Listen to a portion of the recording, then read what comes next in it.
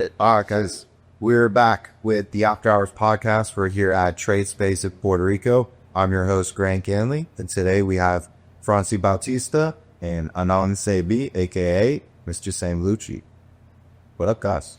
What's going on, man? How you doing? How you doing? I just got a beach here. I just got a beach. 10 hours on the beach. What are you not there? Always. We got you a big shout out to Puerto Rico. We're doing this here from Puerto Rico.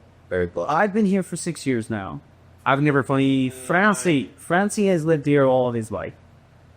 And this is an amazing place. We could talk about Puerto Rico. I'm sure we'll get into that, right? Definitely. Let's definitely talk about Puerto Rico. Definitely. I think why don't we catch up? Let's talk about TradeSpace. We made a lot of improvements. I know I was asking the viewers, what questions they had for us, and they were very interested in how this whole place came together. Also, people actually respond to you. Pero under me, I didn't get money.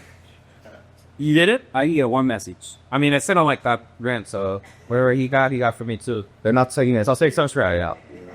You guys showing we're taking this serious, but yeah, why don't we start off, talk about how this whole place came together, and then I'm sure through that conversation we'll get to where it's at right now. Yeah. I mean, I always have come from the New York, this style, prop trading floor background. So you see in all the movies and everything, and the big trading floors and all that kind of stuff. That's what I always saw, and I was always... Some in New York? That's caught. Oh no, you'll see empty floors with cubes and rows of desks with 2-3 monitors. You'll see that all the time, and you'll hear somebody, talking on microphone, Squawk Box that we have in here as well, and that's the background that I've always seen. So I'm always traded with people. And if you ask most people right now if they trade with anybody, Probably not. 90+% will say hell no. So this is the background that I always came from. So as soon as I came here to Puerto Rico, after getting somewhat bored traveling around the island and just seeing all the natural beauty there is on the island, I was just like, all right, let me set up some roots. And then I was like, okay, let's just make a trade floor and let's sell it as a subscription. Because in my head, I was like, if this works, I could have my community, and then this could be a way for me to experience so many other countries by just putting this model up. And now I already had access to the country. All the people like yourself would come to me somehow, and I would learn about the places that I was going. It was just easy access, right? I can figure out the language. I could easily meet somebody. That was a concept. It was a concept where you could just come here, meet your crew, and you'd already be ingrained in that culture that you've never been to or you've never visited in, a week, which never happens, Do you remember when you came up with that idea? Because I'll see there's nothing close to, right? This is pretty abstract for this space. You know what? I came up with the idea of doing ayahuasca. That's what happened. I actually remember it. It was I'll pick the scene for you. When you do ayahuasca, these places in Costa Rica, they'll make you do these integration sort of programs where you're with everybody and you're talking about all the things that have happened, right?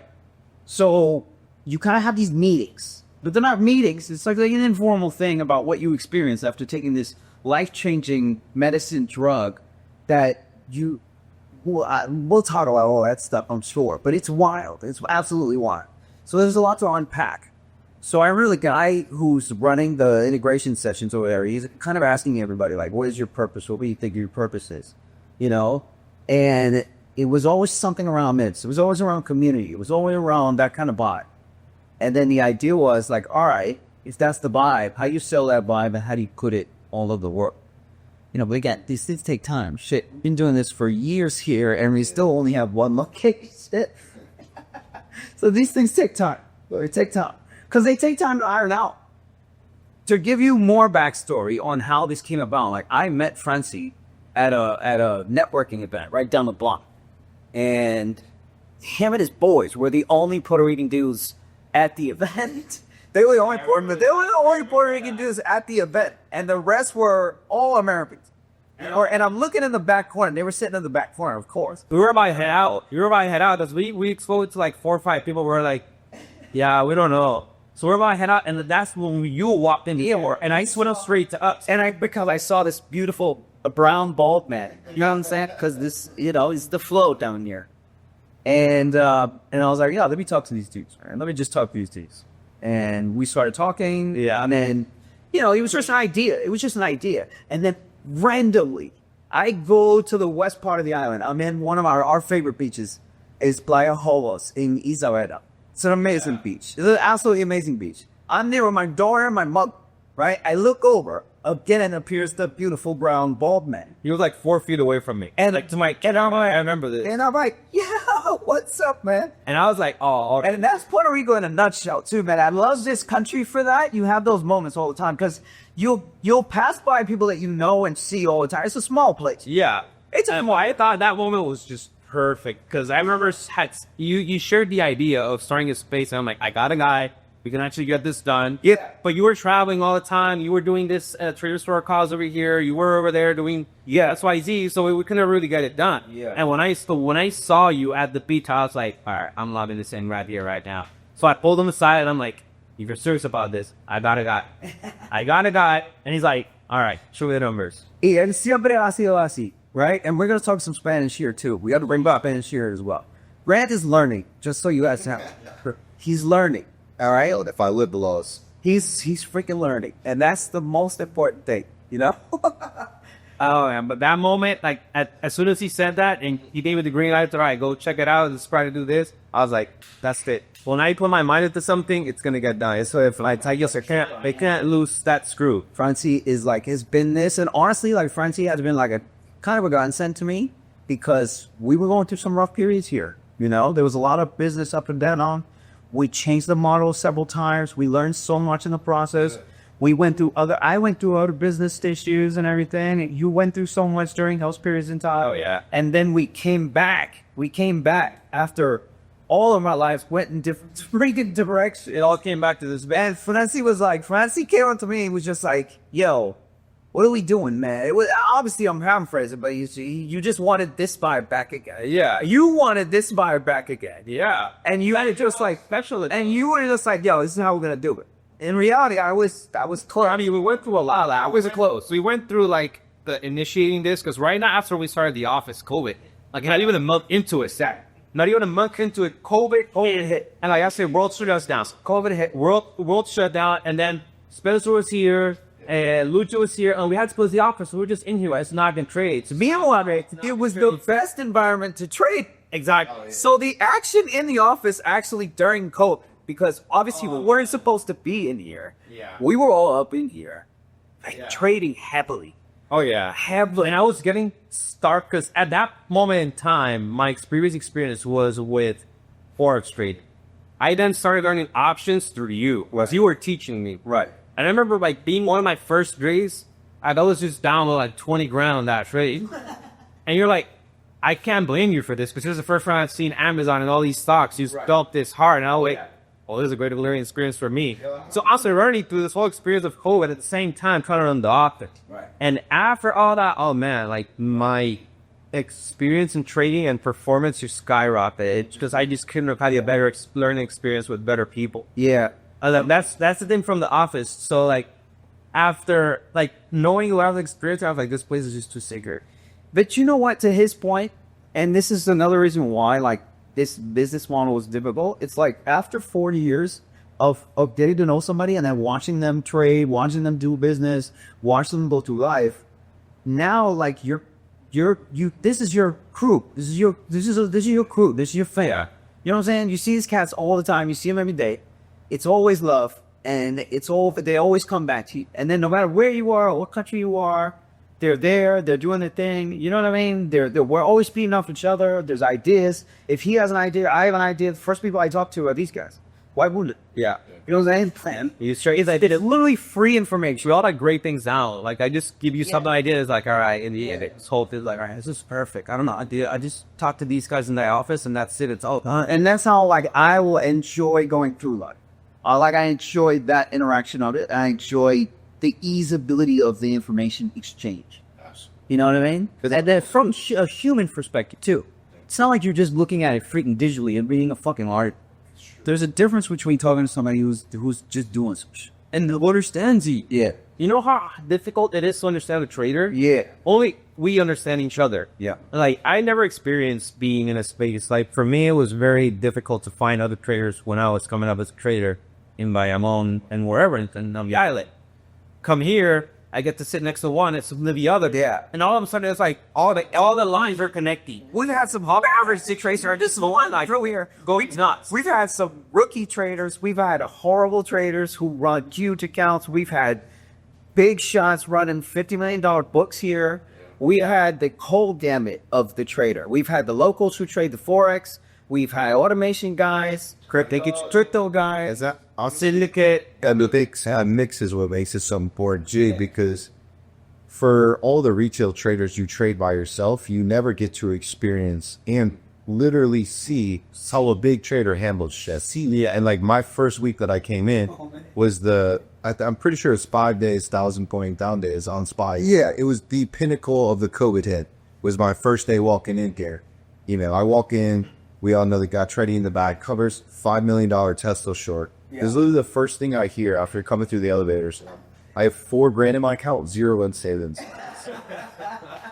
Oh, see, I was like, dude, I'm in the right place. Yeah, I'm getting broke now. Look. About Oster.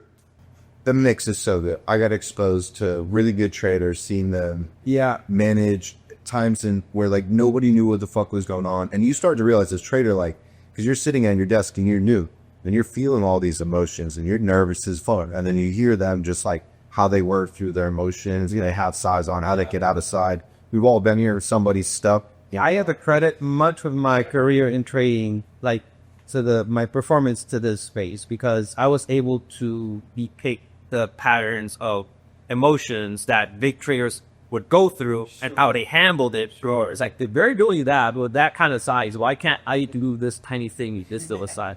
It takes pressure though, guys. Like for most folks who think for most folks who are trying to do this stuff, it takes time. It takes pressure. It takes pressure. Without the pressure. But you're a little persistent sword. But that's what I'm saying. Over time, like obviously the first time he's walking in and he sits next to a guy who's trading $5 million. What's his experience going to be? You know what I'm saying? Yeah. Versus somebody else who's, it could be in kind of way. You see those numbers fluctuate, man. It's like, oh, this is right out. So immediately it puts the pressure on, and then with that pressure, you're like, all right. These are the levels that I can get to. Yeah. It's there. I'm seeing it. It's there. You're seeing it. It's at arm's reach. Dude, right next to you. Like, this isn't impossible. Like, he's doing it, like, and I'm like 2 chairs away. Yeah. So, yeah, man, where are we at? Yeah, and that's the beauty of us plays, but it's always freaking stuff. That was insane. There's so much going on. There's so much going on, and I'm watching this thing every day, and I'm just kind of like, I didn't even like, you go through all those beginner trigger emotions. You're deer at headlights. You can't process and run. Yeah, but I'm hearing everybody else just, go feeling it out, figuring it out. You learn the pace of trading because sometimes, trading goes back to yelling or my catered it out. Yeah. You gotta follow the beat. Another thing that you just said right there was about the you're hearing all the movements and you're hearing people talk about trades and all that stuff. Like you also get information. Like we took the other side of a trader who was getting blown out on a position. And we knew he was getting blown out because we were listening to the NWL scream. So I'm looking at my guy next to me like, we should probably buy this right now. We start buying it, we make a shit ton of money. While this guy's losing, I benefited off of his pain. Just because I'm reading tape and the tape happens to be inside the desired office. You know what I'm saying? That's how shit used to be. Yeah. You used to roll into a pit. You used to feel the emotion of the traders around you and what they were doing.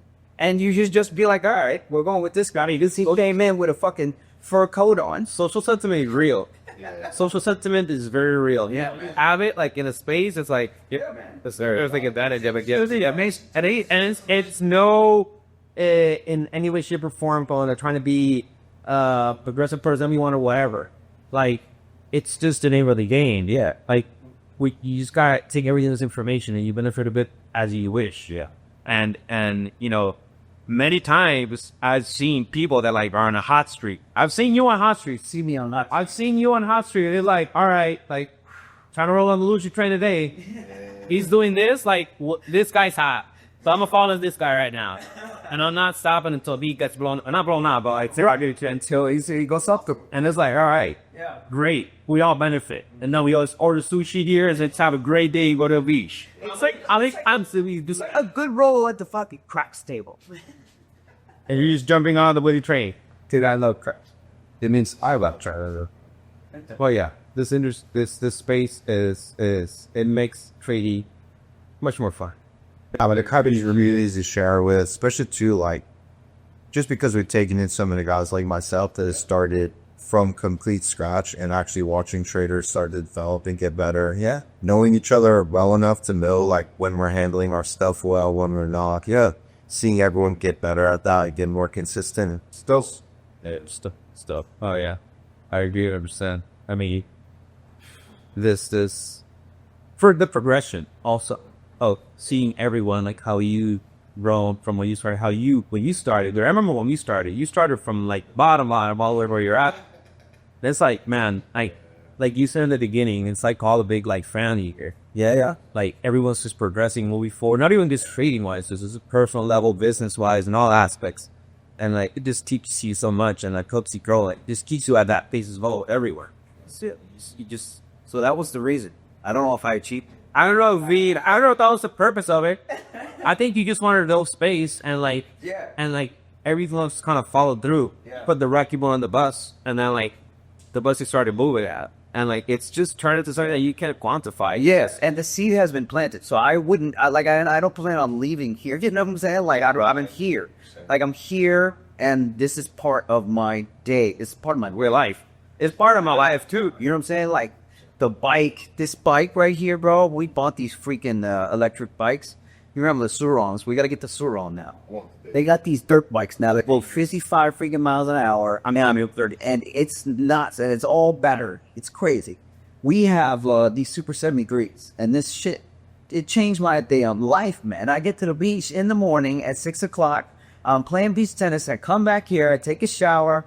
I'm already fucking around with everybody here. It's 8 o'clock. Market's about to open. Yeah, they're shooting around. Lunch, you're talking to everybody. The amount of, and time. That's what I said. Say to you. Yeah. Is staggering. I cannot see myself in someone Without that fucking light, bro. I can't. So this is like, it's essential. I'm sipping everywhere, bro. I feel like I'm on top of the world, man. On that bike, it's Honestly, geographically speaking, like it's kind of a bit surreal that you have like a beach, the city, yeah, a whole fucking mountain, like just great spots, like 5 minutes away, literally 5 minutes away. You have everything. It's to be said for more. Now that I'm going to humidity, the flow's real. We even got the cold plunges in the saunas. I'm like, he just rolled back over here. nuts, bro. Now the bike rides to the gym and back are just so like essential for me. Going to the beach, I'm just going on our bike rides around the city. It's just, you can't get more flow than that. Or we get more flow. I am glad that I took the route that I took in my career, and I would have never imagined that it was going to lead to this. But I am so glad that I got picked trading and started playing. And it's here though in Puerto Rico. You know what I mean? So started trading. It's like, all right, off it to the world, to what's out there. yeah. Yes, I like TradeSpace. Yeah. Puerto Rico's dope. You got a lot of like-minded individuals. I think the people that actually commit to coming down here, and it's kind of like what you guys were talking about, like commit, like come down here, integrate and learn, like try and be a part of the society and like try and set up offices and like kind of put your roots here in a way. Like, Yeah. the people that do actually make it down here, they're not just coming down here for a season or two and leave. Like, really those people. Yeah, we're living in a very interesting time where, like, for me specifically, I have born and raised here, like, coincidentally, my line of career, everyone just flooded down. Yeah. Like, there is, I think, no other place right now, correct me if I'm wrong, in the world where you have such a large accumulation of traders in such a small. Yeah. Like, the amount of the networking, like, the abilities that are there right here, right now, dude, I bet that there's none like this in like in New York. I think, and even so, How has it been for you though, seeing the changes in this place since you were here? You know what I mean? Exactly what you're talking about. All these traders coming here, and then all this it's happening to Puerto Rico. How does it feel for you seeing it from when you were a kid to now, looking at it? Surreal in a sense. Like I didn't think, dude, I did trading for 5 years without knowing that I did trade. Right. I meet you, right? Whoa, another trader exists, and then like I meet like 3 more through him, and when like I meet like 10, it's like, whoa, there's an abundance of you guys here. All right. Right. So I really brought a third in my head because I'm like, all right, cool, like my people. Right. I found my people. Right. Right. And like over time, just more and more and more and more who have come through all these doors, and I've gotten to meet so many, wonderful human beings, so many talented professionals in this industry. And like, I just feel blessed in the sense that like this opportunity came down to me where I live. Yeah. This doesn't come down to everyone where they live. Right. They don't come knocking at your door. You usually got to go out there most. Well, usually guys, but yeah, you got to Y'all came to me. Yeah. And like, this skyrocketed, my learning curve in a sense. Yeah. And now it's just kind of like, in a sense, I'm kind of confused to it. Right? Like, since it's happened for so many years now, and it just keeps growing, like, I just see more and more and more people. So, like, I've become, like, drawn to it. That, like, a lot of traders just come in and out and all that. But, like, the changes to the island, I'm seeing more and more of the effects now. But, like, in the beginning, too paying attention to that. So I was just so, like, hyped up about the fact that I got, like, it's like, oh, all right, let's go out of war, guys. Let's do this. But yeah, man, it's been an interesting, como que process to like take all that in. I still, to this day, como que wake up and it's like, how is all this happening? Yeah, it's happening. Yeah. That's for you guys. I mean, like, it must be different, like, adapting from, like, coming to the States to here. So, like, see, we're pretty much, I was kind of waiting for you guys to come here, like, more talent, more network, more traders, more people. Like, you will here when? 2018. And I know you're not moving back. No. You're not moving back, you're staying here. No. He's boring, but don't. Yeah, I'm staying here. I'm here. I still do not changing. I can already see it. I want nowhere. This is home base. Why? Just for the same reasons that I talked about. Just the convenience that I have, like the quality of life that I have. I'll say that. The quality of life that I have here. If I make it on a dime or I lose it all, I still have the same quality of life. That was your park, got your beach tennis. I still have the same quality of life, and it's a fucking high quality. It would surprise you how little you need to be out. Exactly. Because that surprised you, right? How little you need to be out. With 40 grand or 50 grand, you're pretty damn happy here. Yeah. You're pretty damn happy here. As long as you're not paying 60% at the friggin' wreck. You know what I mean? With 40, 50 grand a year, you can live an amazing life. I can, in my opinion. With the things that are here and the access and the proximity and all that. Like, I think you can do that pretty well here.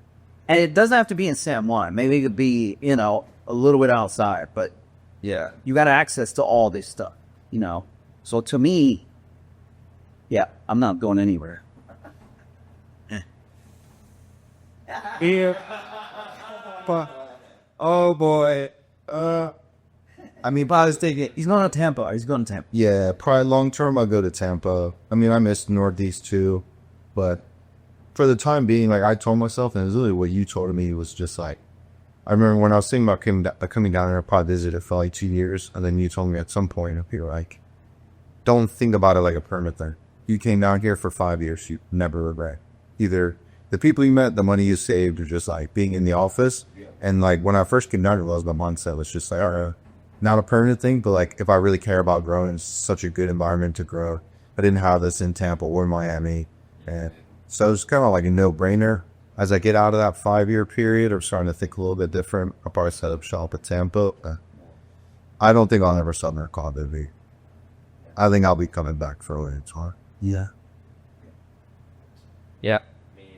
A birthday. Well, I've seen your progress, and I see how much like you have this certain energy of work attached to here, and like I can still see you like this power. I've been to Tampa for a while. It's chill. Like work market's hot. about the uppers. That's the dream, dude. Because at least for me now, like Puerto Rico is a really good spot to come and focus.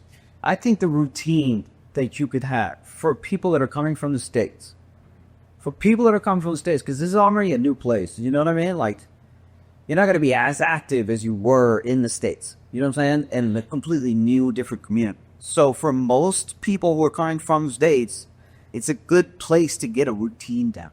It's actually a really great place to get a freaking routine down, where you take care of your body, take care of your mind, and take care of your business, and eat well. Obviously, you got to have some money to have the freedom to eat, you know, be able to have these conversations. But provided you do, this is a good place to find a routine, you know. And then you already get a tax break. So you're talking about somebody who get into a routine, have some discipline. Chances are they're going to do pretty well. I mean, Do pretty well in business. chances are you're probably going to meet a good network of people. Yeah. Just going to push you to do more. Yeah. Just going to put you in a better space. Yeah. And we're just going to elevate your game. And then, like, you're going to go back home and be like, eesh, or I don't have any of my phone, but I have a Sorriva, so. So you find a lot of that. Yeah. But then remember, this culture and this island parties a lot. Like a lot, man. Dude, January. By the end of January, I was dead. Yeah. I was dead. We go straight from, like, November, and then November to, like, January. Oh my God. Just keep going. If you guys are It's always fun. in January, so December and January, you are missing out. And if you like that atmosphere, if you like that vibe, if you like the noise, if you like to hang out, if you like to go out drinking, day drinking, if you like to do that kind of stuff, January in Puerto Rico is fucking insane. It's absolutely insane. But it's incredible because you're everywhere. There's a party. Everywhere there is literally a party, and you can't say no to any of this stuff. Your friends are going. Somebody's coming down here. Somebody's inviting you, you know, somewhere, and you're like, ah, shit. You take one drink. Yatta. Yeah, there's no excuse. You're not doing shit. You're not busy. You come out. Yeah, that's those 3 months are filled with so much party. Like, it's crazy. I'm used to it. Yeah. I think it's normal. So you get the balance here. You know, you definitely get the balance. But it's a slower phase. So it's all right. Yeah. Yeah, there's definitely some sacrifices. It ain't perfect, but like, No worries. It's as good as it gets. Yeah. I think 20 to 25, probably like strong advocate that this is place to be. Yeah. Feels like that money, the tax savings in the beginning, man. You know what I mean? So if you're making even $100,000 a year and now you get to keep the extra 30, spend it on some books and some development, you know, move around, meet people. I think that's like it'll speed up your development a lot faster. That having to pay taxes on it. The people you meet down here are very serious, and you get a tax saving on top of it, and there's a lot less distractions because you're probably used to trying to build your routine and get to know people down here. So yeah, you go through a period, babe, very, very focused and good for trading. It's great to trade. It's great for trading. Pretty sure that it has helped us all. I mean, helped you guys more immensely in that aspect, like building a routine and like just having that in to go up. Like traders really have to have a routine in a sense. Yeah. I mean, flow. I'm pretty sure you have your routine. Mo and the best ones have routines, but I do remember times where I'm like just flying all over the world and I'm like trading from a plane half the time, or I'm trading from my phone, or I'm even trading from a how's that going? And like I have a streak while I'm like on the go, and I'm like, oh, I don't know why. It just kind of happens. You just dialed in for the time that you are, and then that's it. You go fuck around. I don't know. As I've had this happen too. And I've had this happen where I've been like, I had like a really good streak in Tampa when I was trading, but it was when my busiest week. I was like going out, I was hanging out with people, but then I was just smoking trades. I think what it is like, you try and compartmentalize a certain area so that you can get away from the other area. So it's like when you're doing all this stuff, like when you're ready to focus, you can get full focus because you actually want to be there. Yeah. Right? Because like you're partying, you're having a fun time, but I want to put this trade on. So I trade. Yeah. So your brain can just look at it. So that's awareness then. That's all you're really saying. Yes. But in that moment. You're more clear as you have all the other stuff going on. Yeah. It can't last though. Because I remember in New York, like I was drinking a lot too. I was just, you know, you come home at 5 o'clock in the morning and you got to put trades on at 8 o'clock. Like, these people gonna sleep over there, man. You know what I mean? So yeah, that shit weighs down. I mean, dude, I'm 41. This past weekend, I gotta stop drinking. I gotta stop drinking. No, we keep saying that. I gotta stop drinking tomorrow, man. You know what I mean? Tomorrow. Tonight I'll have a beer, but you know, Tomorrow, not today. Tomorrow, y'all. I mean, you're trading well. Yeah, that ain't profit don't fix. we're superstitious, I guess. Is it superstitious? Superstitious. Dude, well, you know, it's like if you're on a good streak and things are going well, for me, shit just gotta move, man. And thank God stuff. Yeah, dude, you just, For me, it's if it's moving. I've been long enough around you to understand, like when there's a bear market that's incoming, like, this guy snits like a hound. Oh, see, he's just like, it's coming. It's coming. Watch out. Here comes short, and it's like, short. Yeah, my favorite one was the crypto one. That was such a gig.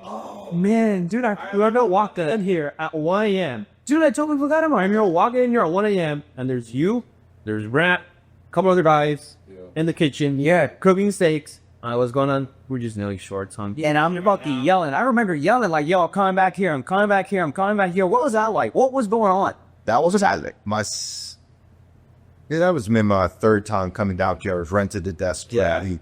And we come down there and crypto's moving. Yeah. And so I think crypto's cool them off. Yeah. And I never even traded crypto before. And so you were just like, oh, you had to set up the account, DPN, get other futures and all good stuff, dude. And I didn't even know. And I only learned that shit here. I learned that shit from a kid that sat next to me here.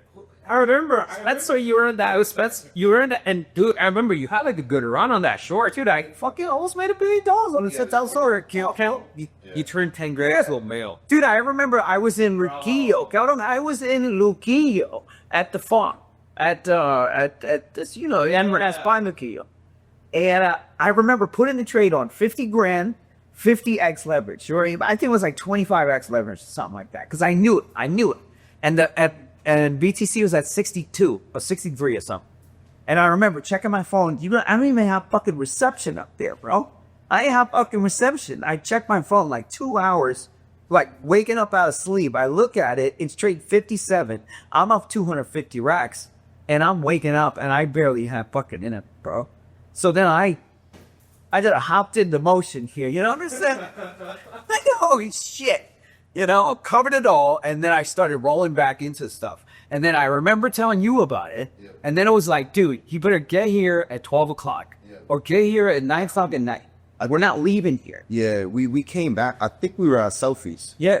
So we traded all day. Yeah. And we went to Selfies. And you were looking at your phone and you were like, yo, I think it's coming tonight. Like, yeah. And I'm safe. Let's do it. So we end up back in here after drinking, and I'm fucking slamming BTC for 1,000-point clips every single 5 minutes. And these dudes were there next to me, and I'm walking around. I'm hyped up because I made like 200 to 300 grand in a fucking hour just sitting here, bro. I remember you were just scalping the way down.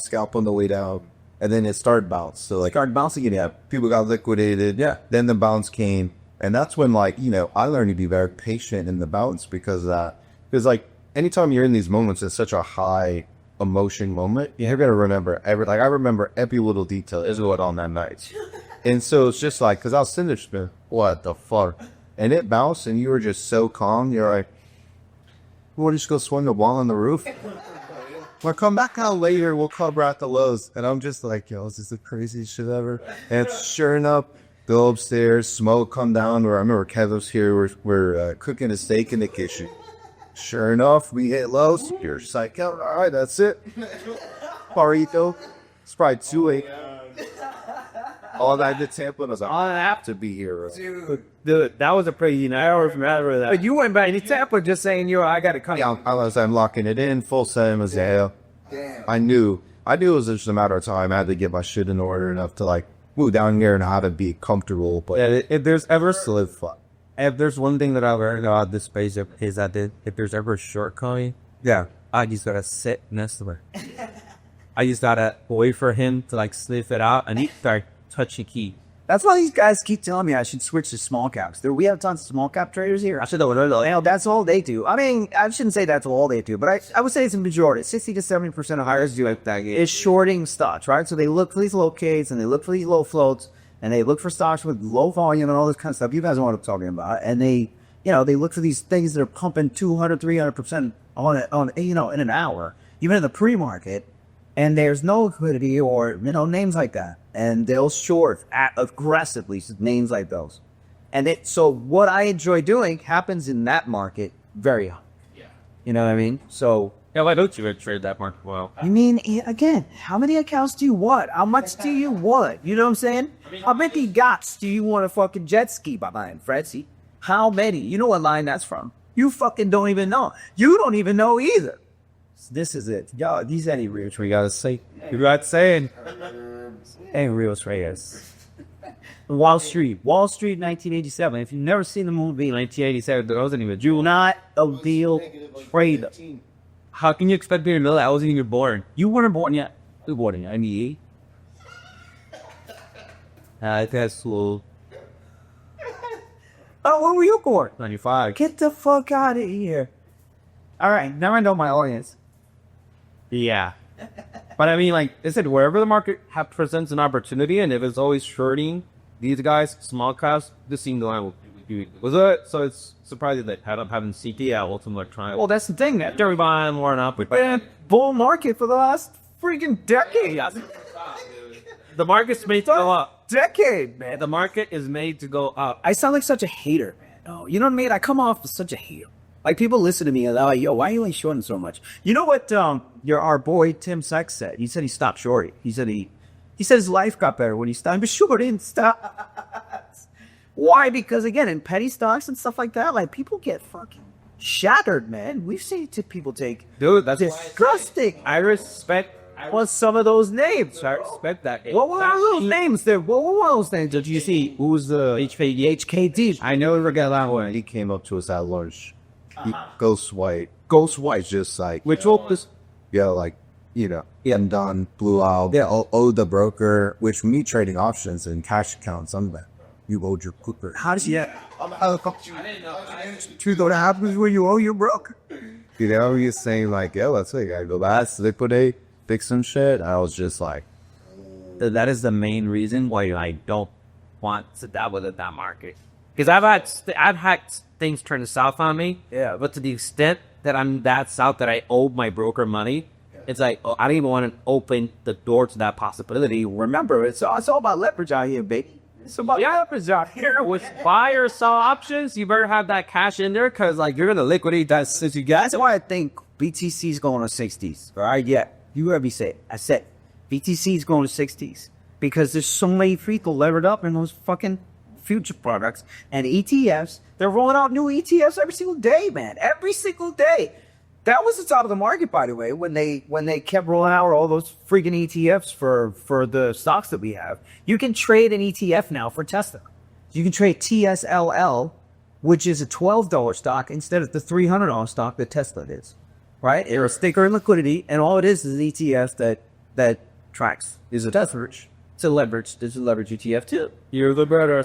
There's 2x, there's a 3x. Whatever, pick your poison. You know what? All these. They got it for PLTO. They got it for everything now. I love that one. You know what all these cards remind me of? You guys ever watched The Big Short? Of course. CDO of a CEO. Yeah. How you even ask me that? Really? Listen, I'd be surprised if you didn't watch it, but like, in the realm of possibilities could happen. Great movie. CDO after CDO. Janus and all these products. It all reminds me of a CEO, of a Yadio, of a CEO. Yeah, every time I think of that, it's like, yeah, it's a little different. It's a little different. It's why. And then when it happens is why. They'll be like, oh, yeah. History repeated stuff. But everything is about trading volumes. It's just trading volumes, you know? Every single share that is traded, there's a cost to it. Somebody's paying it. Yeah. Broker's making money. Your market maker's making money. Yeah. Chances are your ass ain't making money, you know? And it goes to the guys that are just sitting there supping the spread all day. You know, so it's different games that we had to play. And as traders, like, unfortunately, you at the bottom end of the barrel, man. You know what I mean? You got the hardest job out of everybody. Yeah. You got to try to guess where the market is known. Or come up with a system. The hardest, easiest money you'll ever make. Hardest, easiest money you'll ever earn. Try to figure that one out. I'd love to see what y'all say in the comments about that shit. And the game is ruthless. It's fucking ruthless. And that's the one thing I learned here, because I wasn't aware of how powerless you are in the market compared to like market makers, compared to institutions, compared to hedge funds. Approach them all these guys, you got no chance. Yeah. Zero. Just take Robinhood as an example. We're getting something. There you go. Just take that example. You just close it out. All right, you guys say I'm buying no more. Yeah, what the? Or all the shit that's happening in the funded simulation stuff, man. Yeah. That shit wouldn't exist if we weren't in this environment right now. Yeah. You know what I mean? And the fact that has proliferated as much as it has, and everybody's trading a fucking funded sim account now to learn how to trade, it's wild, man. It's wild. There's always something new around the block. You know? It always dies. It always stems on hope. There you go. It always stems on hope. There you go. If you want It'll sell you hope. easy way to make money out here, sell that hope. They'll sell you run options, sell that hope. Or sex. Depending on who you are. Oh. Hey, yeah. It's what is it? The longest industry since mankind.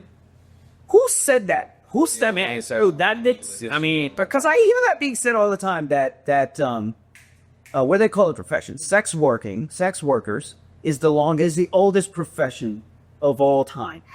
Where does that shit come from? Why does somebody say that? Like, what's the actual, who said that? You know what I mean? Like, I mean, dude, it's just in the history because always in the prostitution and all that going on. What history I've done? you're telling me you were in high school learning that for fucking history? Get the fuck out of here. No, I mean, I saw that thing everywhere. But did you see, by the way, the experiment they did on a monkey where they gave him a coin and like he learned that it was like an actual like your value. Like if he gave that point of something, like it will get value back. He gave it to a female monkey. Oh, wow. So like, here for sex. No, monkey, stop it. A monkey, stop. Look up. Look up. Yeah. I mean, yeah. All right, so all this profession, here we are. Still alive, not gonna go anywhere. So that's the way we're wired, and that's the way we're gonna survive in this world. If not, why are they do rather that? Well, you need a cushion. You're not doing a good job trading. You know. What's the alternative? There's always an alternative. A high-paying one, keep you the winning. What, are you gonna tell the audience or what? Are you gonna leave them wait? Oh, listen, guys. Trading's not going well. It's perfectly okay to pivot and pick off some low-hanging fruit in a nice entrepreneurial venture. Well, I mean, but dude, you turn. I mean, give a little bit of your story of how you pretty much turn your whole like industry and profession and like also use trading as an accelerator for it. Yeah. I mean, looking back, it's.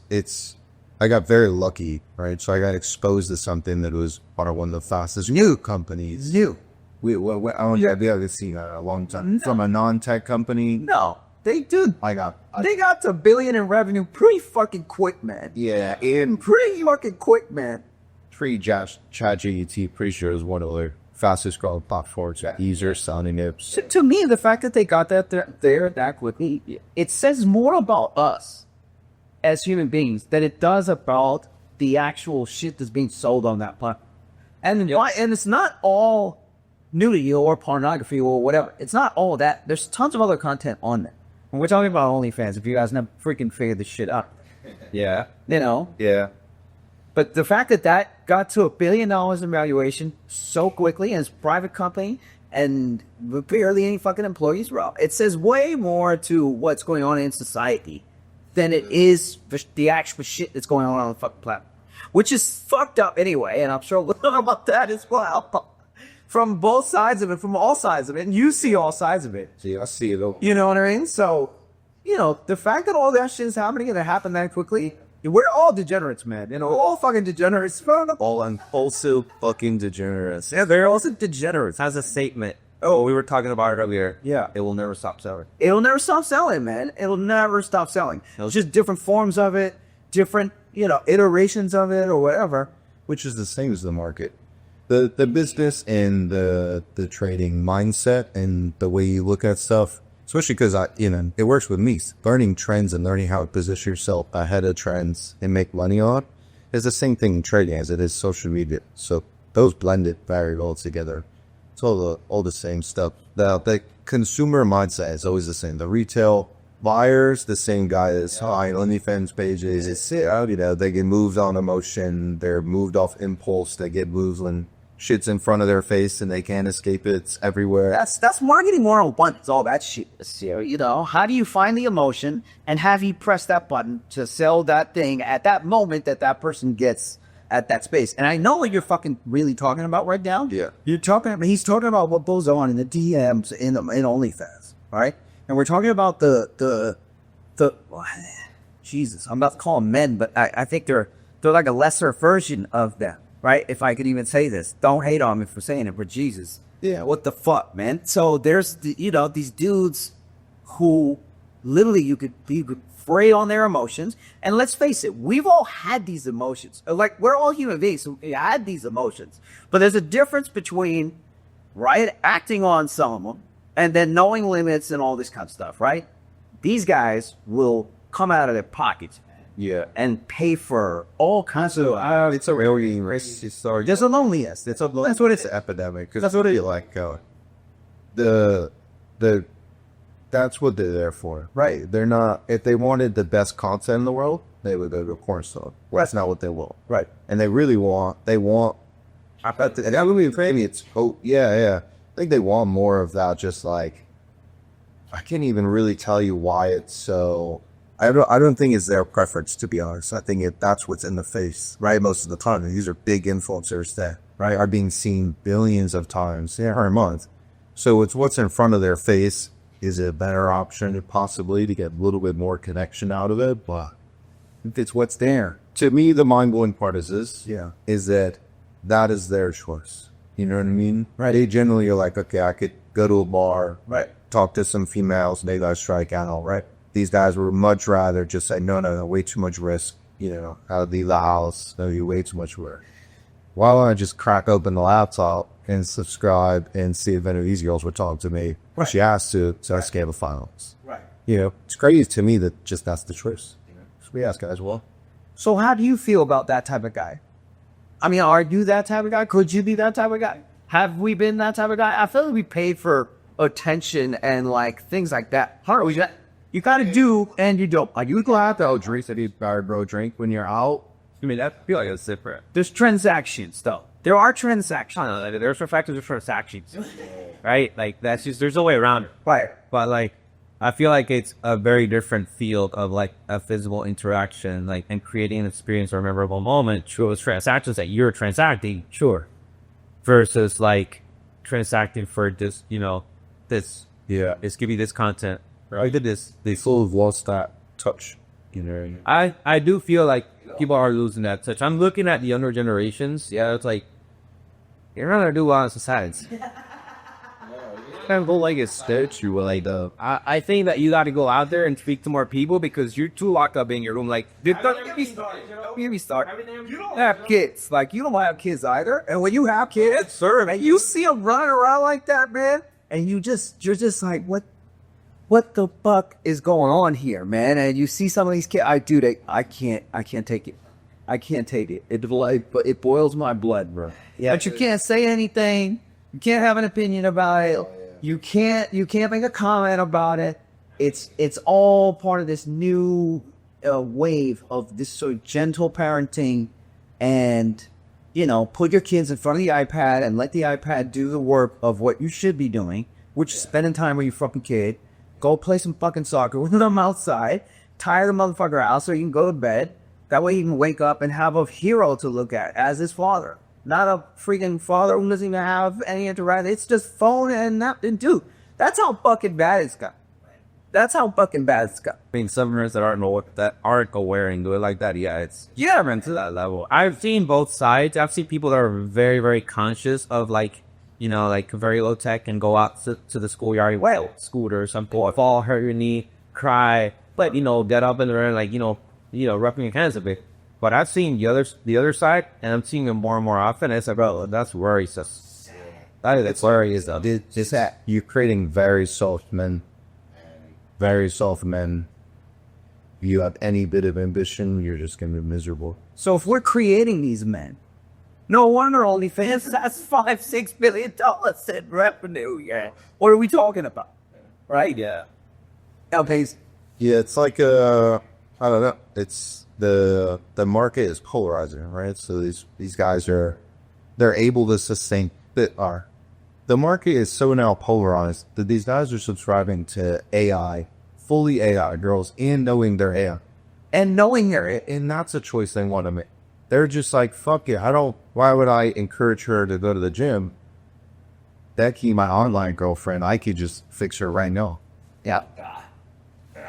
So these men are fucked. These men are going to be very... Listen, what do you think's going to happen? There's robots. Yo, but you know what? Because that's going to happen. That's going to happen. A preference. Oh, yeah, that's going to happen. It's already happening, bro. It'll be like population collapse. Yeah. Dudes have those apparatuses where they're... No, they're like a full-fledged robot. Or like Megan Fox in Subservient, social like that. You know, Megan Fox. Pero después de tanto, she did some surgery too, you know what I mean? On the last point about the AI you were talking about? Yeah. Do you remember a homeboy who came through here who had the crypto project? Yeah. There's a crypto project that came here. Was the AI OnlyFans model. So basically, they were just going to create the AI models, basically, and just rip profiles off of Instagram anyway. And then they would create a token.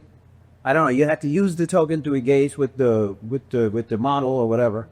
And they even wrote a white paper, and in the white paper it said, this model works better because the value of a woman's physicality deteriorates over time. So. And as a model, the mathematical full value of the model in that sort of industry is only 5 years or whatever. And the AI model never doesn't require any maintenance. How fucking crazy. This was in a white paper, bro. It was in the white paper, bro. That's where we are. Yeah. People don't even use models for like real products and stuff. They're just AI. Then they can put the exact model that they want in. They can make the lighting look good.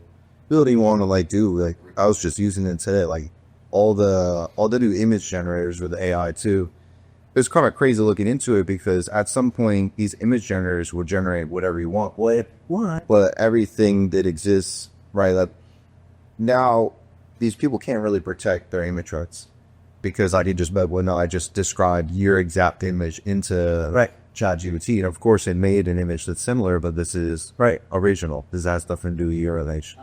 So it's kind of the image generators come up. Wow. Let's create some change. Yeah. Wow. So you no longer have publishing in that sense? Technically not, because the image generator can generate whatever. The image generator just sit there and describe the photo long enough. Right. It'll just come up on its own. Whatever. What does that do with the art market? What does that do to all this stuff? They're doing some of these image generators. They're putting like code in them, like pretty much like black light or like watermarks, so that some sort of authenticity person can go in and be, okay, this one was generated by. Because the light is just getting so blurry now. And we're just getting started with AI. What are we in year to this? I don't even use some of this shit. I don't know how much of this shit to use. Because most people have no idea. I just expect to say most of the Jesus is all stupid product to AI, but this industry are going to like extreme levels. When you get to the point that you understand how to use it for your business, is the point that you're going to be like, oh shit. Like that was me. Like when you really start to be like, okay, where can AI come in? Baking's a lot smoother for me. And you realize what you can do. You're okay. Because this is the beginning. It's V1. You're just learning how to use this tool. Yes, I want to see AI create fools. I mean, they're coming. On all the regular platforms, they're slow as shit. In reality, like, still the access to solid automation, it's still somewhat difficult to get to, right? I mean, it's much cheaper now.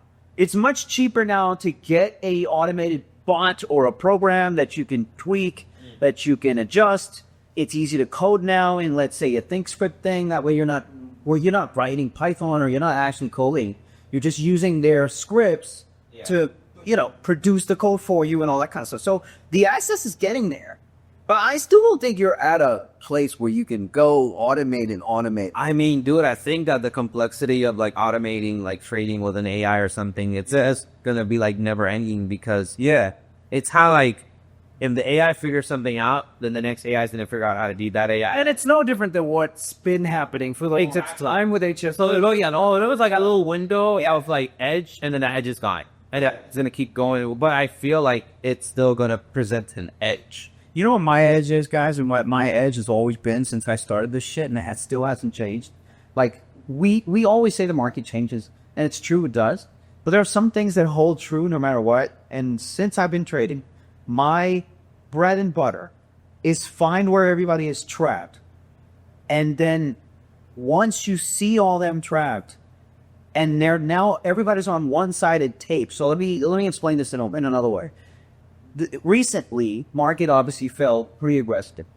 There was a couple days where they just pushed everybody into shorts so aggressively.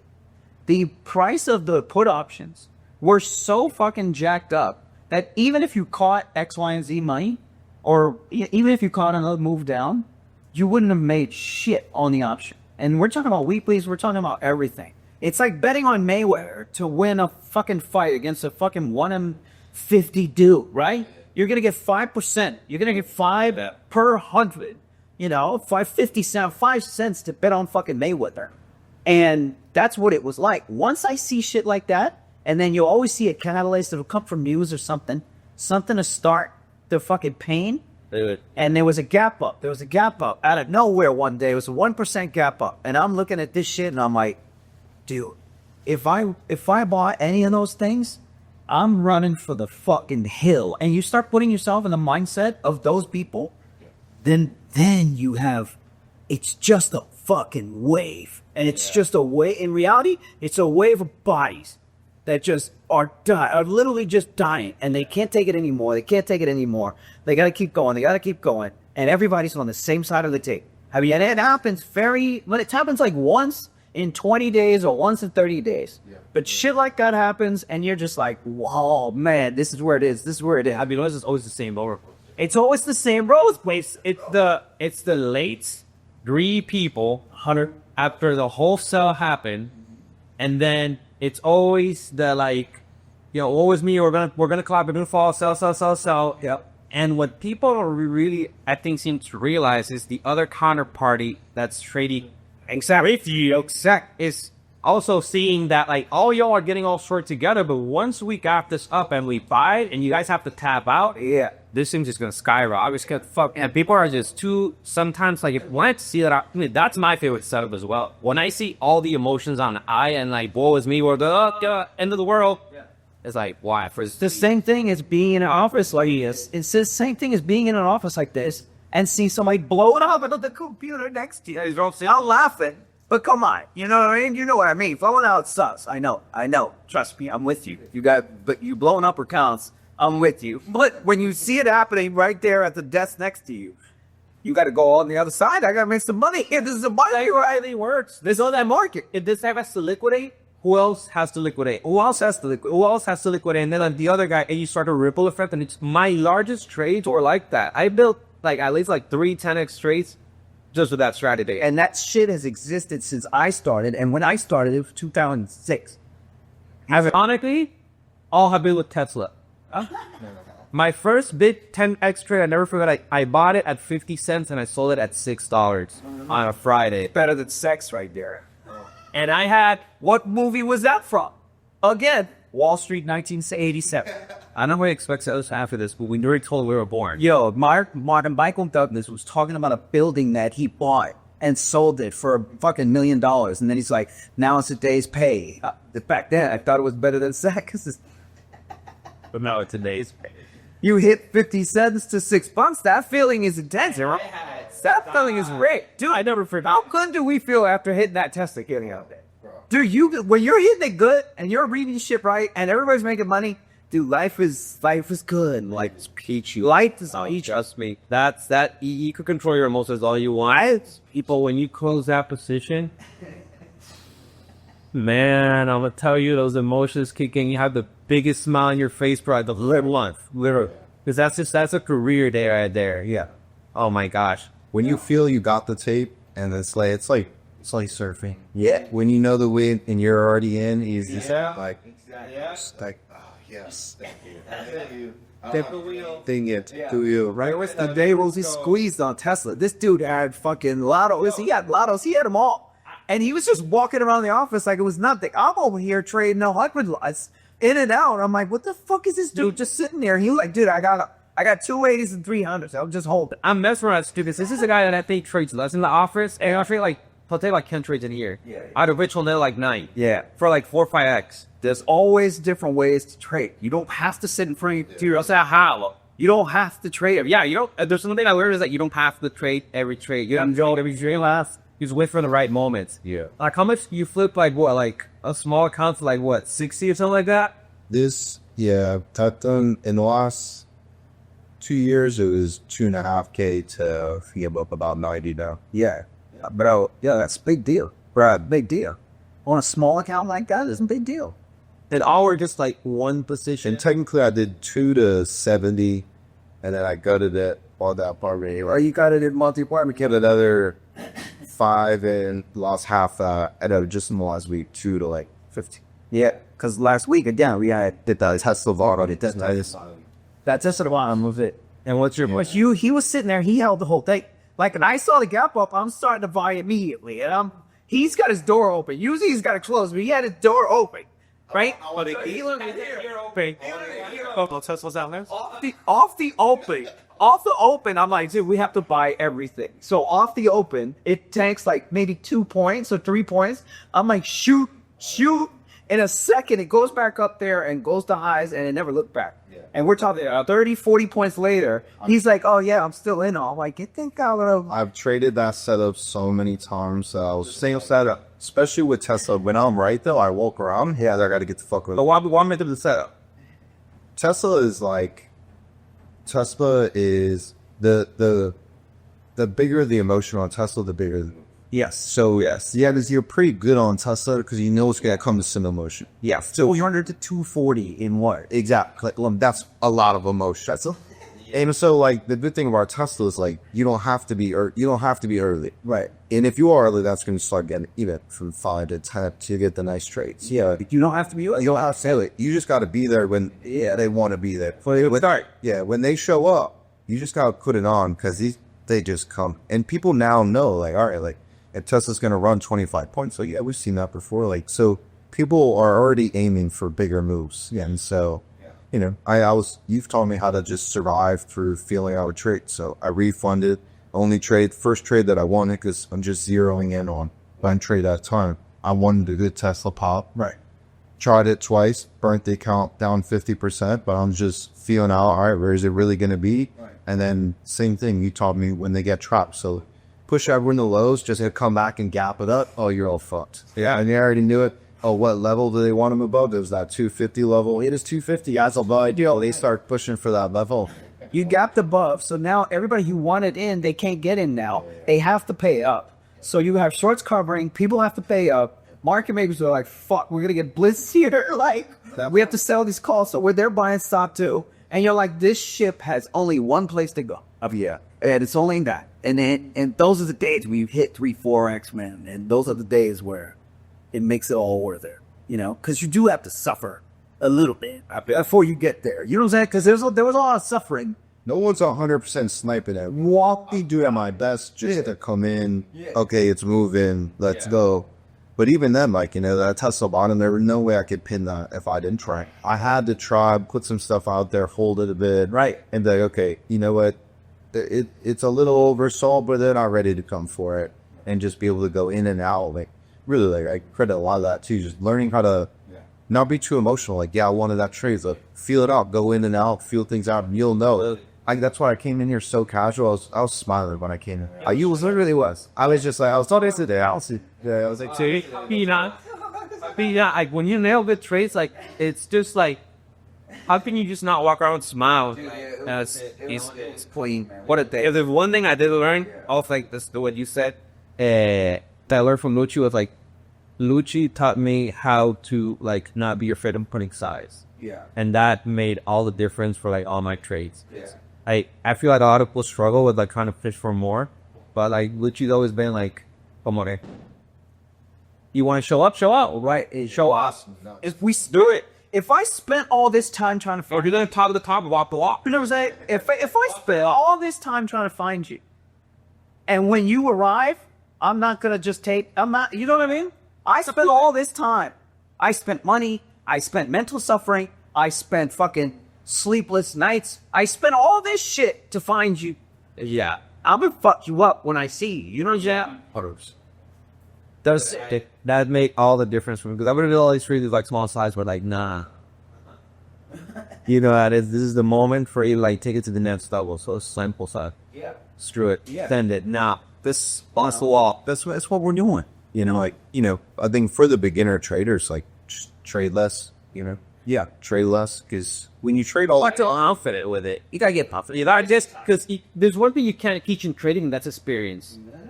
I don't, like, you can teach everything you want in trading, but until you are out in the field and you experience each market and you experience the pattern for each market, if you're actually paying attention, right, to everything, not just like click, click, click, Right. then you're going to go out there and mail the trades, because now you understand the pattern. We know these patterns all too well. That's what we keep doing these trades. But like, you can't teach experience. No, And that's some of the things all up. pitches. You gotta take the pitches. Let's see a bunch of like, and I've seen Tilray, I've seen Covis, I've seen Samuk. And it took me a long time. I'm seeing a lot of massive Tesla leads. I've also seen people go from fucking heavens down to the first part, and then back and forth and back and forth. And we see them come back, and we see them blown out, and you see all this stuff. You kind of get numb to it, I guess, to some extent. You kind of recognize that it's a part of the game. Yeah. You know, but we're all in this for something, and we're all in this because I think eventually, and I'd love to ask you guys this question. I think eventually we figure out what life we want, and then we start trading with intention, in the sense of, okay, if this is what I want here, this is what I require from trading, and these are all the inputs that I need to input in order to extract what the fuck I want out of this market, right? So the inputs are routine, fucking, you know, all that stuff, whatever shit you got to achieve this, whether it's a certain amount of money that you feel like you can retire on and go pursue other interests, or you got another business that you want to fund, or you know, whatever the fuck it might be, or you want to vary, or you want to move to friggin' Thailand, or whatever the fuck it is that you want to do. You start trading with intention. So you start going to the market and saying, okay, this is what I need. This is what I need to produce. My strategy can do X, Y, and Z, and this is where I'm going to take it. You know, I feel like that's what it is for me. After 20 years of doing this shit. Before, when I was starting, I didn't have any of that shit. I wasn't thinking long term, bro. No. I was not thinking long term. I was like, this moves here. I'm going to try to make it, and then I'm going to the club right after, bro. You have to make it, but I'm going to the club right after. I learned that recently, maybe like a year, 2 years ago, actually, where it's like, I noticed that I don't have to be in front of the screen as much as I thought I had to be. Right. In the beginning, I was just like, market open, I'm there, market close, I'm still there, watching each tick. Right? And then I realized, I'm like, hold on, like, what kind of sustainable life is this? Right? Like, I'm never going to have from 9:30 and 4 p.m. like a life. It's always going to be in front of the screens. And sure, I can walk out, but like, I'm not there. My mind and my soul is just in that chair looking at these monitors. 100%. And then I realized, wait, hold on, like, you know, out of the year, there's maybe like 4, 5, 6 events where like I really nailed these trades, and everything else is using noise. Noise, you getting chopped up, up, down, noise, and then boom, up, down, not here. So it's like, maybe I can step away from this a bit, as I thought that I couldn't do before. And maybe, just maybe, if I just wait for the pot to start stirring up and get hot, and I come in at that moment. Those are ideal, And then it's like, I was being able to do it. And that's what he's done. And then he took $2,000, 60, 90K. It's like, you know, why go through all this stress? Why do I got to look at numbers flickering? Why do I got to see trucks up and down? Like, I get it. I got to read price action. I got to read all the stuff that's happening. But I can already gauge the sense of the strategy that I utilize and like know I got to step it without by just seeing from afar what's going on, That's going on. That's great. and I feel like I've solved, like, is that a sense, like, all right, so now my work-life balance or my life is going to be looking more like towards this is what I want, with this trading involved in it. Sure, now it makes more sense. Now I can actually enjoy it and do all this stuff and, like, you know, keep making money. Yeah. For me, sometimes I want to be at the screens. And then other times, I'm not doing shit. I'm not doing shit. And I'm on the beach, or I'm, you know, working on other businesses, or I'm working on other stuff. Yeah. Or I'm just chilling. Trying to friggin' just chill. I do a lot of chilling. Dude, I'm fucking old, bro. Tired of this shit. You said not me. I feel a lot of chilling though. I got a bit of a like disconnect, but I got a disconnect. If I travel, like, I got no to the phone out of the market. And ironically enough, every time I travel, the market this slam fell. Well, that's the old, what is it, the wire's tail or whatever? As soon as you leave the desk, it curving away and ends. Yeah. You know what I mean? It can't happen for everybody the same. Dude, it happened like 7 times straight. And Hell, it's happened to me. You know what the fucked up part is? I gotta go to Colombia next week. I swear to God, if the market tanks while I'm in Colombia. I told Grant, I told you, like, wait, 3 weeks ago when I traveled recently, like, short the market, I'm traveling. That didn't speak, and next day I, like, traveled the market. Back, you shorted? Like, nah. Bro, I gave you the tell. I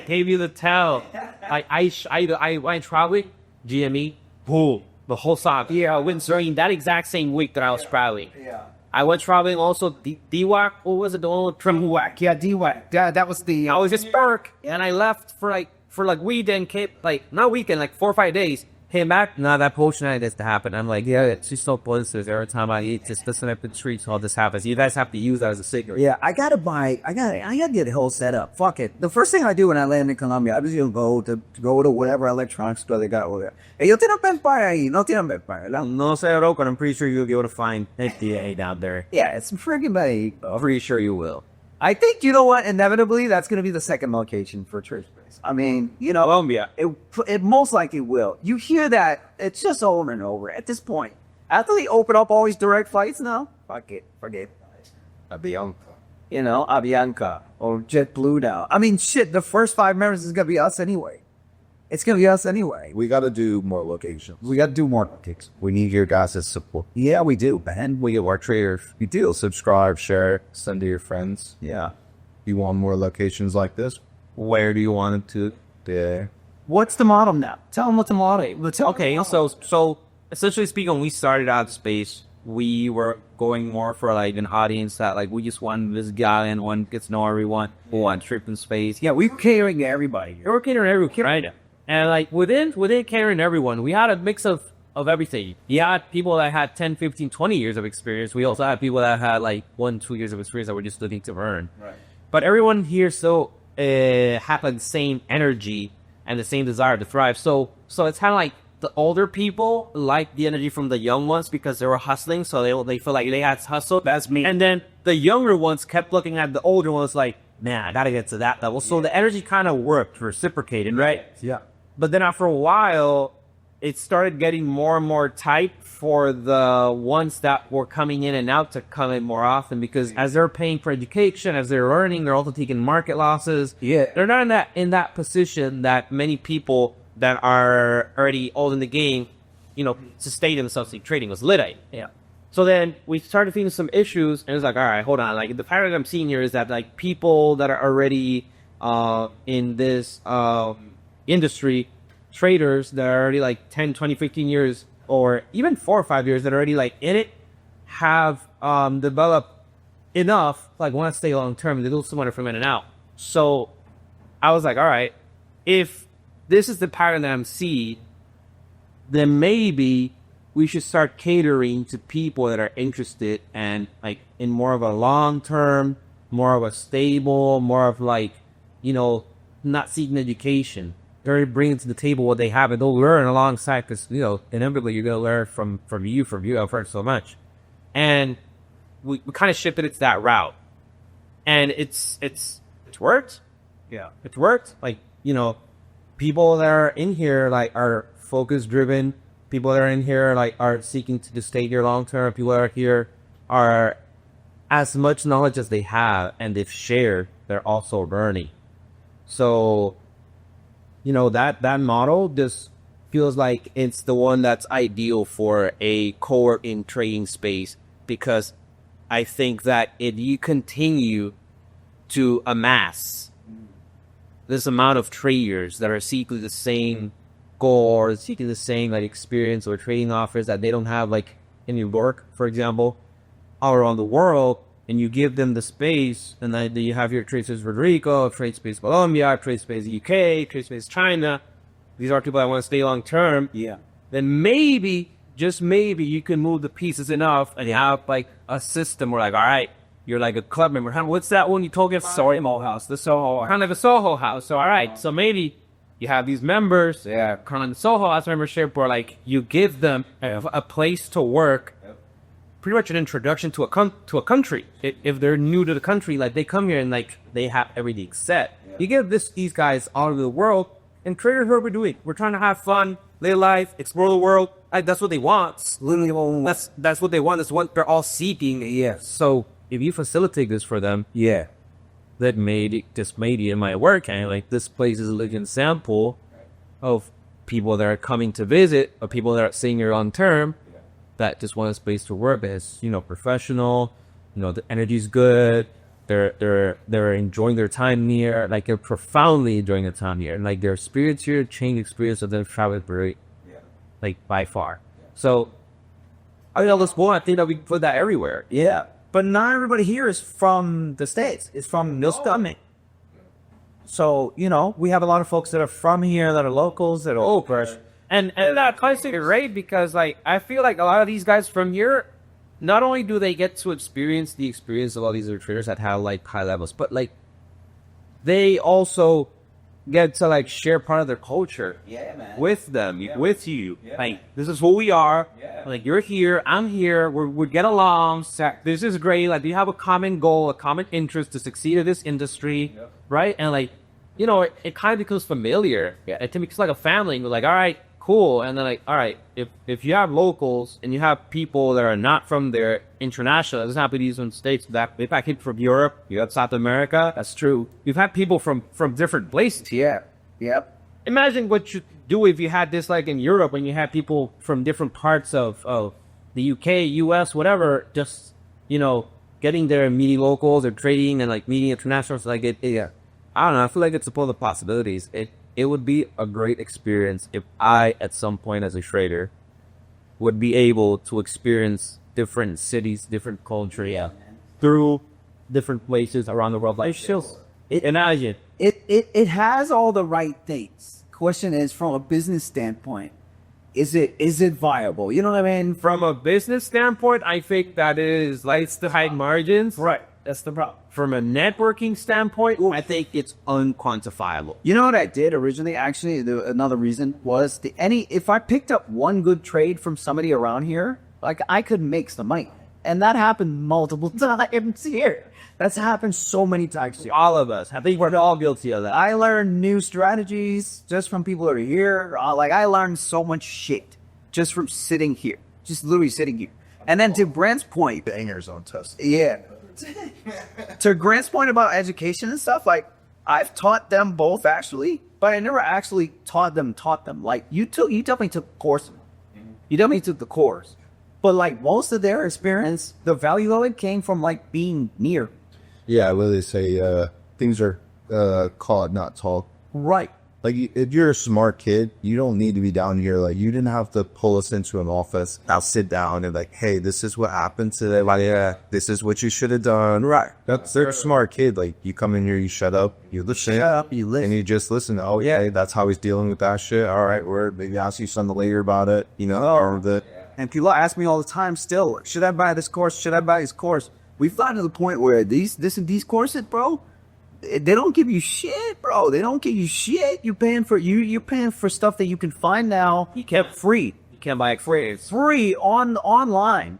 And I'm just like, dude, you know, paying $8,000, you might as well just put $8,000 in an account and get some fucking experience. Yeah. You know, that in my head is the right soap. Your section on tape reading, and Chris Katie's section on site is literally like, That's it. you're gonna figure the rest of this shit out. Right. But like, I remember taking those sessions. Okay, Now I can actually look at the market and be like, should I actually be here today? I touch the buttons, or should I know? Or should I not? And like, that's tape. It's just like, is this good tape, or am I wasting my time? Right. I think Chris Cage's section just on the site just makes you operate just like levelware. Right. If you don't have that framework, it's going to take a long time. So people ask me all the time if they should do it. I'm like, no, just fucking get a desk and shut the fuck up. Just get a desk, shut up, and listen. It is the best way to be experienced, in my opinion, because you're gonna gain the experience of like 8 people in here. There are time. Like he's going good, he's doing back, he's doing this, he's doing that. What's the parity between all of them? This guy's doing better. Okay, this is doing that. Yeah, and you just see it sort of like you said, and shut up in this. Yeah, we have a basis trader here. He doesn't even trade half the shit that we do. But I met him in Vegas, and he lived down here. And then just after a couple of meetings, he was just like, I need it. I need to have some of this energy or some of this information flow, right? That way I take it back to whatever the hell I'm doing. And he's working on real estate projects and all this kind of other shit. He'll pop in here to make some trades and then see what's going on with us. But it's more of like an information sharing situation, especially because we got the locals here too. So if we need lawyers, if we need accountants, if we need any service, if we need this, we need that, it's all here. We don't need to go anywhere. I don't have to go anywhere. Yeah, not only that, I feel like at this point that network is so well developed in here that like whatever you need. Literally whatever you need. It's just, I can just say the word up here like out loud and like somebody's gonna be like, yeah, got you. That's how good we got it here. That's another reason why I love this place. That's where you can't quantify the value of the space. So you look at it from a business standpoint, like, does it make you millions? No. Right. Probably not. Right. Okay, can this lead you to something like that make you millions? 1,000%, $1,000. I kind of want to clarify something too. Like, that you can't just have a co-working space and throw a bunch of people. Like, you're also extremely intentional about setting the rules, setting the leg. Yeah, so sure. This is how you're going to come in. This is how you're going to carry yourself. Like, you can't get to that point of where we're at now, where it's like there's so much value packed in this space without going through that period of like trial and error. Yeah, getting the wrong people at cheek. Yeah. And getting, Exactly. getting a couple diamonds in the roughs and then seeing like, okay, that's the type of person you really want. Yeah, 100% for sure. Hence why we're doing the applications now. So you can't just walk in here anymore. That's what we were doing before. And, we gotta kind of feel things out. We gotta feel things out. We gotta see where you're at. We gotta see what experience you've had. We gotta see what you want to bring to the table. And then what you expect to get out of this stuff. You know what I mean? And, if we see that, either you're not bringing too much value or the expectations are not aligned, something doesn't match, or the energy doesn't match, you know what I mean? We're the board. We're eventually the ones that are going to say, hey, this guy's cool, check him out, and we have that conversation together, between all of us before we let him be into. So we're always on the look. We're always accepting applications because, again, we have turnaround here as well. We need to fill desks. I think we got a couple desks left, 2, 3 or something like that. Something like that. And, so we'll do longer term leases too. We want people to hang around, And yeah, that seems to be the best model that's been working so far. And I feel like that's going to be the model that's going to be able to take this endeavor.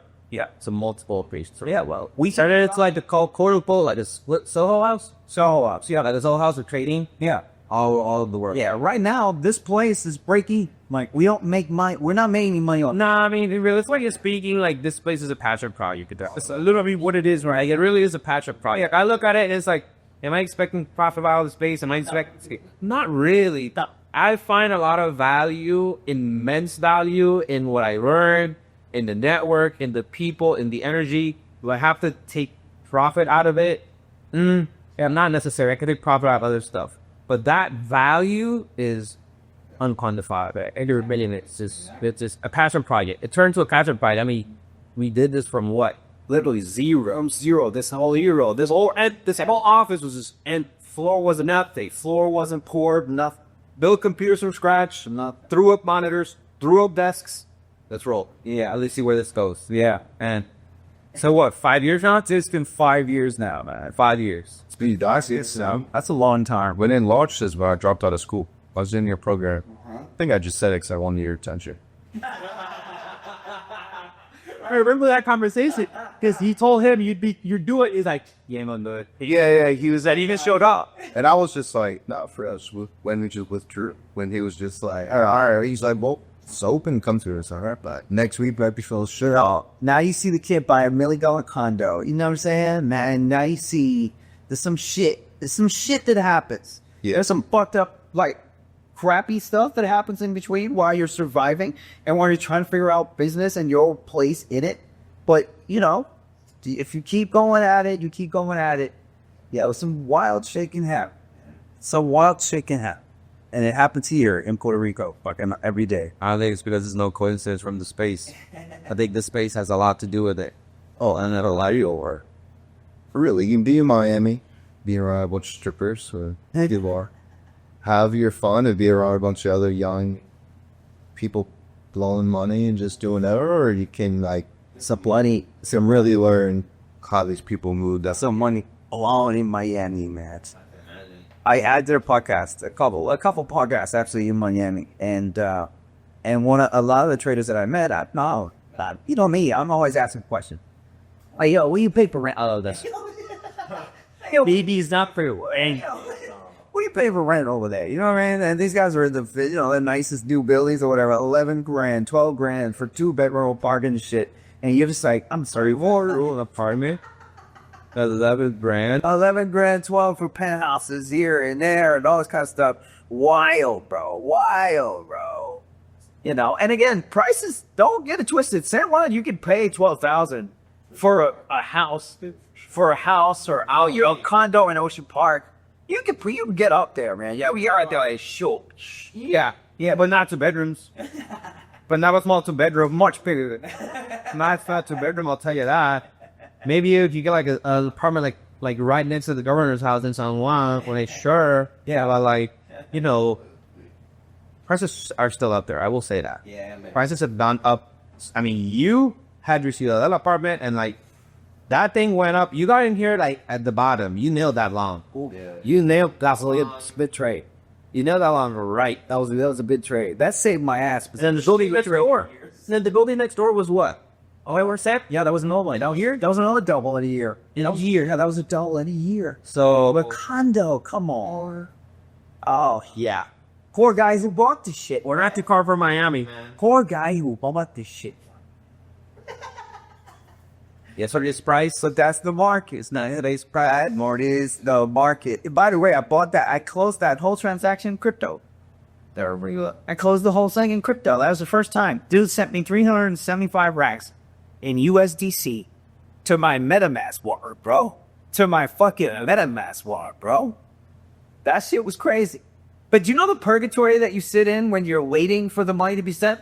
And at that time, those transaction speeds were like fucking slow. So we all had to just sit in the office, just with the lawyer's office. And then he just had lawyer books there. It's not like he had shit to do in the office. You know what I mean? At least it's the dentist's office. You get some fucking magazines, right? We're just sitting there looking at each other until this transaction comes. I didn't even know you had to show up in person. Oh, man, this dude over here, man. I mean, dude, it's like this dude over here. Yo, this is all he has to show up to a real estate closing in person.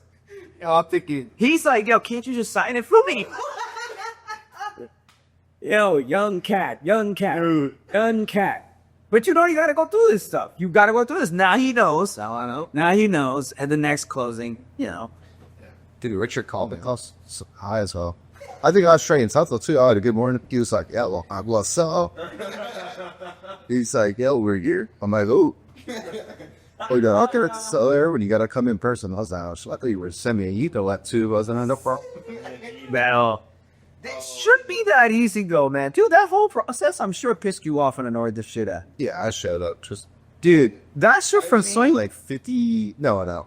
More than 50. Probably. I mean, the snack was literally like that. And I had initial every single page. Yeah. Oh, yeah. Sat down. Oh, yeah. I'm like, yo, sorry. Yeah. It's like $60 a month. Yeah. $60. And then did you see that fee list when he came at you with the fee list on the end of it? You saw those. I know how they're just always. Man, grand for like paper. Oh, yeah. I know. It's all hosted costs were like 35 grand. Or what? Yeah. My first, one of those apartments, I had to co-sign with my brother. And then I refinanced after and got them offered. But I had to co-sign first because I wanted to buy several, right? So I needed to get a little bit more leverage. So I had my brother co-sign the shit. But they didn't, the underwriters here in Puerto Rico, not to say they're not as good as a JP Morgan or some of these banks in the States or whatever, but they don't mess too much with business taxes.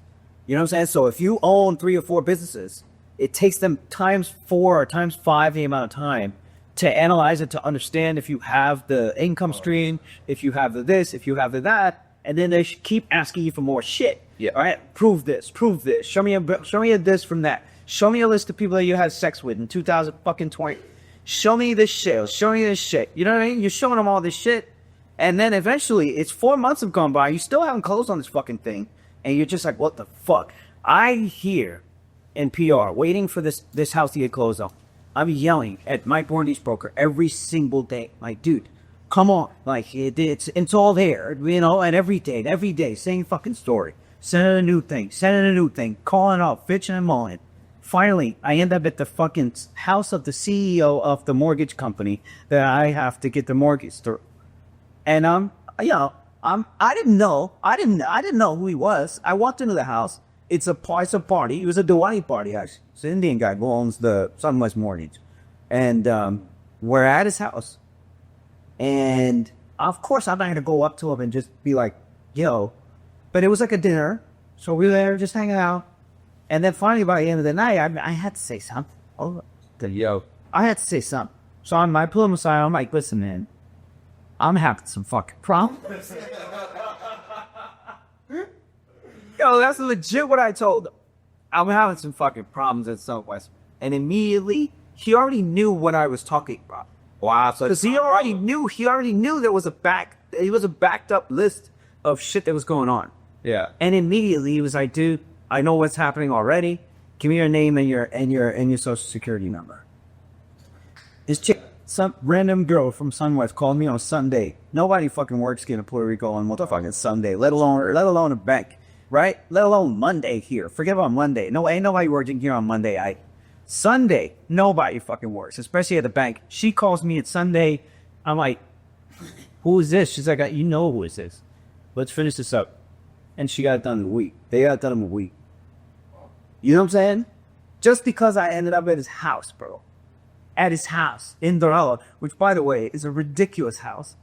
And I can't even explain how immaculate and ridiculous this house is. But I'm at his house, and I'm like, listen. Yeah, you looked out.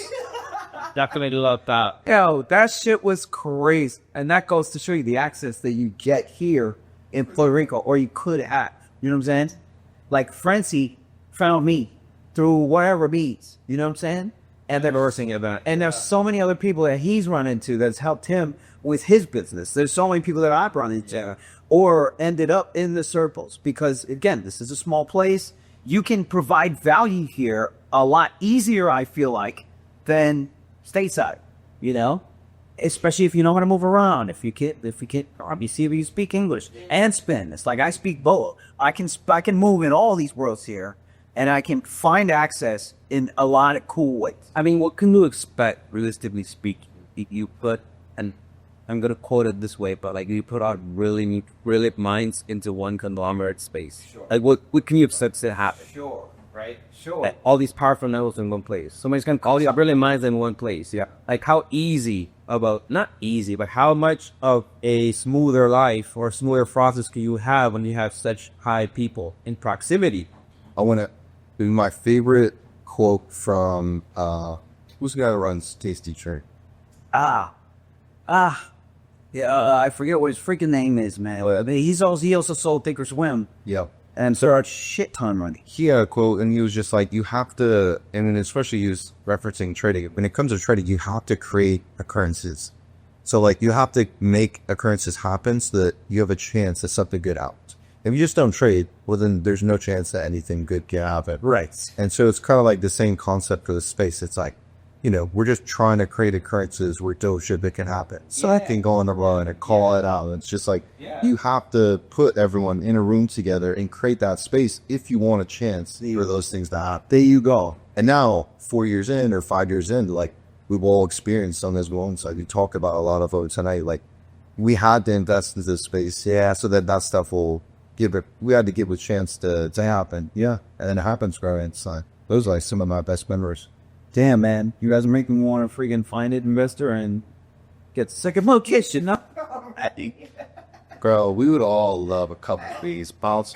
I mean, listen, we're talking about it, and we keep like, you're gabbing about it, but I don't think it's far. It's not far. It's not far. Yeah, it's not far. I think that action on this thing. I think that we can definitely pull it off if given time. Yeah. I think we're on the right track, in the right space within the right networks to pull this to it. And I'm pretty sure that like everyone in the world will know a place that they can travel to and trade for. Yeah, we had a lot of that. We had a lot of vacation trips. Remember, we're in a vacation island. There's 5 million people there's 5 million tourists that hit this island every single year. You know what I mean? There's 5 million. So the Airbnb rotation here, it's absurd now. I think it's the top Caribbean country now. And I believe a mansion. There's like a trading mansion. Oh no! Now you want to get a damn mansion? That you bundle it all up, get the house and you get for free. Offer is who want to live with your ass, man? I'm not trying to. And I'm not to be the bandit. I'll tell you that. I'll be in my house. I'll be flying around in my jet from place to place, but like, it's all for you guys. I'm just going to the office, knock out some trades, take my boat, let's go to a plane and fly my helicopter, and that's all right here, by the way. 20 minutes from each other. Get here, and no lie. Oh yeah, our board is here. I'm merely from the beach, which is 5 minutes from the office, which is 5 minutes from restaurants and whatever you need. It's literally 5 minutes to your proximity. Yeah. Especially on that bike. Oof. Yatta.